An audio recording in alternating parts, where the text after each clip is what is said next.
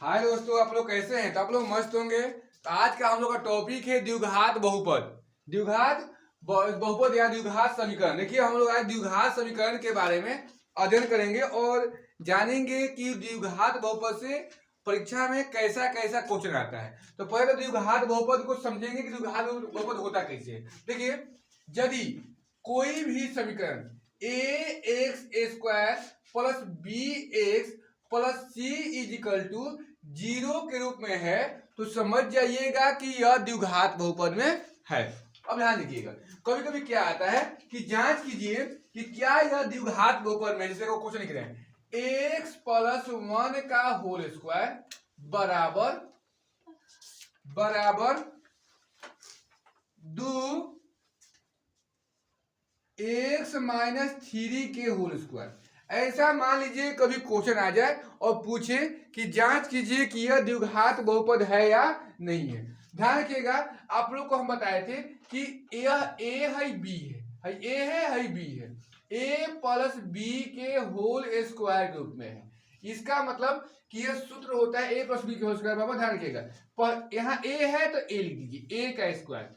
यहाँ बी है तो लिख दीजिए बी का स्क्वायर, यहाँ प्लस प्लस। अब अगर 2 को इधर लेकर आइए तो हो जाएगा प्लस 2ab। यही आपका सूत्र होता है किसका? a प्लस बी के होल स्क्वायर के। तो x प्लस 1 का होल स्क्वायर जो है यह आपका a प्लस बी के होल स्क्वायर के रूप में है। इसको पहले तोड़ दीजिए तो हो जाएगा x का होल स्क्वायर है तो हो जाएगा x प्लस 1 का होल स्क्वायर हो जाएगा x स्क्वायर प्लस 1 का स्क्वायर 1 हो जाएगा प्लस 2 से x में गुणा हुआ हो जाएगा 2x बराबर इधर गुणा किए 2 से x में तो हो जाएगा 2x माइनस 2 से गुणा किए 3 में तो हो जाएगा 6। क्या हो जाएगा? 6। अब देखिए दोनों को हम एक तरफ कर रहे हैं तो यहां हो जाएगा एक्स स्क्वायर, यहां प्लस 1 प्लस 2x, ये 2x प्लस में है, इधर आके हो जाएगा माइनस में 2x, ये माइनस 6 है, इधर आके हो जाएगा प्लस 6 इज इक्वल टू 0।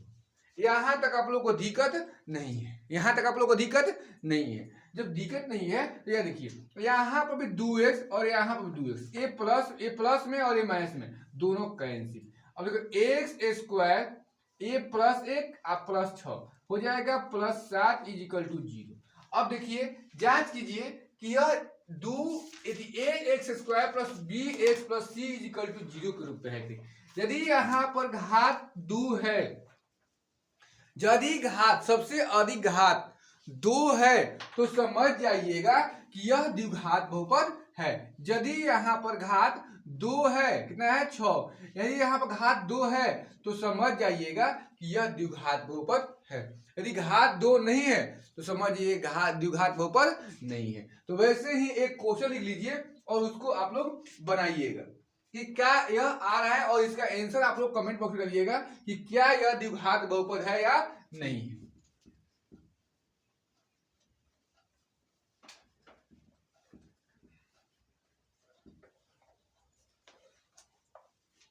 एक क्वेश्चन लिख लीजिए, हम बोल रहे हैं x square minus 2x, x square minus 2x बराबर बराबर minus 2 into 3 minus x minus 2 3 minus x. इसको आप लोग जांच कीजिएगा कि क्या यह द्विघात बहुपद में है या नहीं है। यदि द्विघात बहुपद में है तो भी आप कमेंट कर बताइएगा कि कितना, मतलब इसका किस रूप में आ रहा है, और नहीं भी है तो भी कमेंट कीजिएगा कि इसका रूप कैसा आ रहा है। अब इसको हम लोग आगे बढ़ रहे हैं, इसमें हम लोग आगे बढ़ रहे हैं। देखिए इसमें द्विघात समीकरण में क्वेश्चन कैसे आता है, क्वेश्चन कैसे आता है। जैसे हम एक क्वेश्चन लिख रहे हैं, एक क्वेश्चन लिख रहे हैं x square plus 7x plus 10।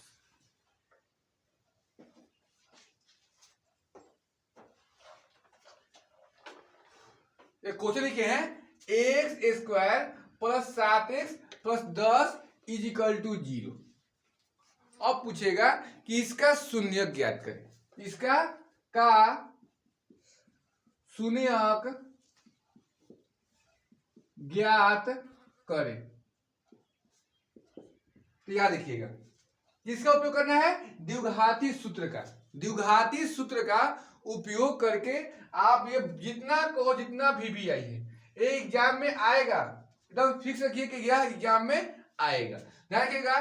तो इससे पहले हम लोग क्या करते हैं, तो यहाँ ध्यान देंगे, इस यदि शून्य ज्ञात करने की बात किया तो हम द्विघाती एक सूत्र होता है, एक द्विघाती सूत्र होता है, द्विघाती सूत्र होता है जिसका सूत्र होता है x बराबर minus b plus minus root under d बटा में 2 ये द्विघाती सूत्र होता है, ये द्विघाती सूत्र है।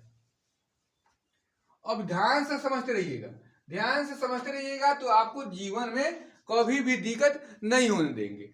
अब देखिए यही आपका द्विघाती सूत्र है जो एग्जाम में पूछता है कि क्या होगा, ये आपका ऑब्जेक्टिव में पूछ देता है कि द्विघाती सूत्र क्या होता है।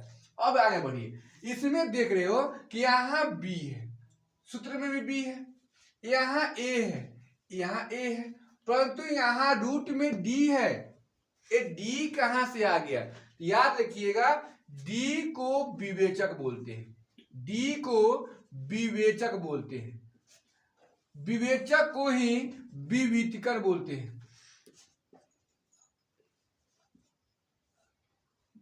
डी को ही विवेचक कहते हैं, डी को ही विवितकर कहते हैं। याद रखिएगा डी को ही विवेचक बोलते हैं और डी को ही विवितकर के नाम से जाना जाता है। अब आइए पहले हम लोग डी का मान निकालेंगे। अब डी का सूत्र क्या होता है, डी का सूत्र क्या होता है, डी का सूत्र होता है यानी विवेचक बराबर क्या होता है, b square minus 4ac, b square minus 4ac आपका विवेचक या विवितकर का सूत्र होता है। इतना तो आप लोग समझ गए। ये सूत्र भी आएगा, ये भी आपका भी आई है। इतना समझ जाइए कि यदि आज के क्लास आप लोग देख लीजिएगा तो द्विघात सूत्र से कोई भी प्रश्न आएगा तो आप लोग उसे चुटकी बजाते खत्म कर दीजिएगा। तो हम यहाँ डी का सूत्र का लिखे हैं बी स्क्वायर माइनस 4ac। अब आइए इधर, आप ये तीनों सूत्र, तीनों बात को आप याद रखिएगा कि द्विघाती सूत्र का ये होता है। विवेचक, डी को ही विवेचक या विवितकर बोलते हैं। डी का सूत्र बी स्क्वायर माइनस 4ac होता है। अब इसके आगे आप लोग ध्यान रखिए, हाँ ध्यान दीजिए। तो अब हम ध्यान देंगे, इसमें देख रहे हैं कि ए का मान यहां पर 1 है, बी का मान 7 है, सी का मान 10 है। अब जब इतना है तो मुझे निकालना है डी का मान। किसका मान निकालना है, डी का मान। डी का सूत्र होता है b square minus 4ac, b square minus 4ac।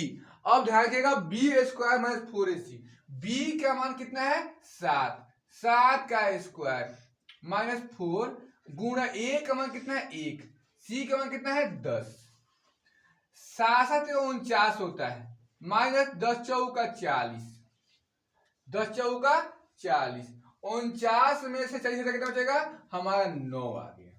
D का मान कितना आ गया 9। यहां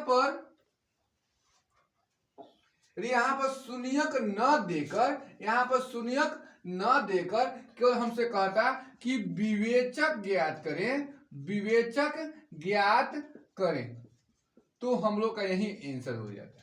और ये कहता कि x square plus 7x plus 10 equal to 0 का विवेचक ज्ञात करें या विवितकर।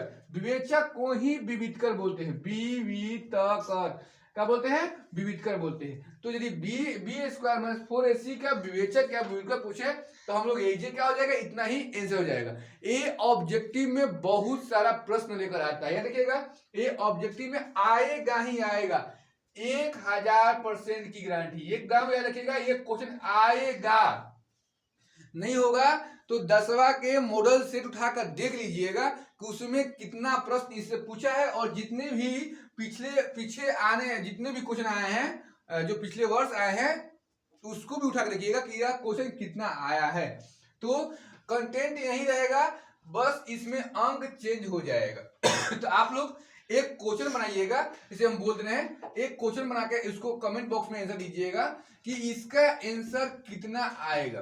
एक हम बोल रहे हैं क्वेश्चन, आप यहाँ पर 7 है, यहाँ पर आप 4 कर लीजिए, यहाँ पर 5 कर लीजिए और यहाँ पर कर लीजिए 40, और इसका विवेचक ज्ञात करके कम कीजिए। यहाँ 5 नहीं 2 ही कर दीजिए, 2x² कर दीजिए प्लस 4x प्लस 40 का विवेचक या विविधकर ज्ञात करें। अब ध्यान रखिएगा, अब हम लोग क्वेश्चन ज्ञात बना रहे हैं, x का मान निकालना, x का मान ज्ञात करना है।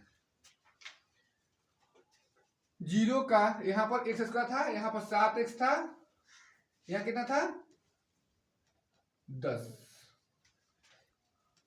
का द्विघाती सूत्र का प्रयोग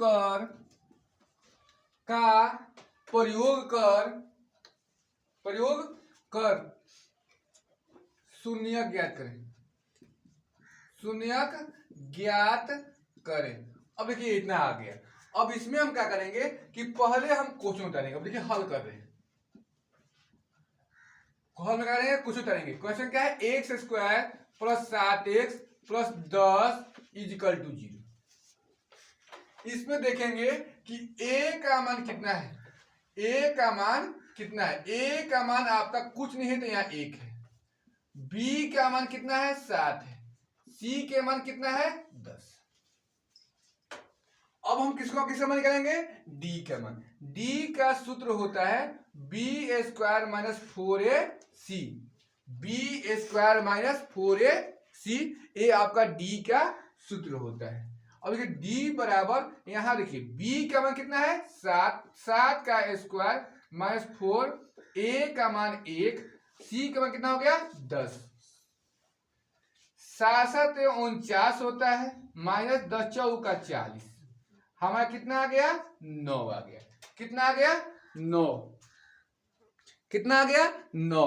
अब हम लोग इसका शून्य ज्ञात करेंगे। x बराबर सूत्र क्या होता है, b² माइनस 4ac, नहीं x क्या होता है minus b plus minus root under d बटा में 2। अब देखिए यहां चिन्ह है माइनस का, तो माइनस b रख दिए, plus minus root under d का मान कितना है हम लोग का है 9, कितना है 9 बटा में 2 गुणे a का मान कितना है 1, b का मान कितना है, b का मान 7, यहां कितना दिए 7। अब आगे बढ़िए, -7 प्लस माइनस रूट 9 का हो जाएगा 3 का 9 होता है, और 2 से गुणा कीजिएगा तो हो जाएगा 2। इसका मतलब कि इसका 2 मान, एक हो जाएगा -7 प्लस 3 बटा में 2, और एक हो जाएगा -7 माइनस 3 बटा में 2। कैसे हुआ, एक -7 माइनस को मुद दीजिए तो +3 बटा में 2, अब की हाली प्लस को मुद दीजिए तो -3 बटा में 2। अब देखिए 7 और 3 हो जाएगा -4 बटा में 2, एक क्या हो जाएगा, एक क्या हो जाएगा -7 माइनस 3 तो हो जाएगा -10 बटा में 2, -10 बटा में 2। ए हम कटा दिए तो हो जाएगा -2, और ए कटा दिए तो हो जाएगा -5, यानी हमारा x का 2 मान, एक -2 और एक -5, एक -2 और एक -5, यही हम लोग का क्या हो जाएगा आंसर हो जाएगा। ये समझ जाइए कि ये बहुत वीवीआई है। ये क्या है, बहुत वीवीआई है। यह आप लोग को समझने में थोड़ा सा ही परेशानी नहीं हुआ होगा। ये भी आप क्या कीजिएगा कि आपको एक हम क्वेश्चन दे रहे हैं, इसको भी आप लोग बना लीजिएगा। एक बोल रहे क्वेश्चन, 2x² इसको आप बना लीजिएगा, एक हम क्वेश्चन रहे इसको बना लीजिएगा। तो आप लोग एक क्वेश्चन का आंसर दीजिएगा, 2x² माइनस 5x प्लस 3 बराबर 0 का द्विघाती सूत्र का प्रयोग करके आप लोग मान गए, जिसे इसको ध्यान दीजिएगा, हम इसमें निकाल दें थोड़ा सा। इसमें आप लोग हल में क्या कीजिएगा, पूरा क्वेश्चन उतार लीजिएगा। 2x² minus 5x plus 3 is equal to 0। अब देखिए इसमें a का मान कितना है, a का मान कुछ नहीं है तो 2 है। कितना है यहाँ पर, क्या है 2 है। b का मान कितना है, -5 है। c का मान कितना है, -3 है। तो आप यहाँ पर d का मान निकालेगा, b² माइनस 4ac। अब d का मान कोई आएगा, d का मान आ जाएगा तो आप लोग x का मान निकालिएगा। x सूत्र का होता है -b plus minus root under d बटा में 2a। जो मान a का d का आएगा वह मान यहाँ पुट कर दीजिएगा और आप अपना जो भी प्रोग्रेस है उसको कीजिएगा, आंसर आ जाएगा। ये समझ जाइएगा कि एग्जाम में आएगा ही आएगा।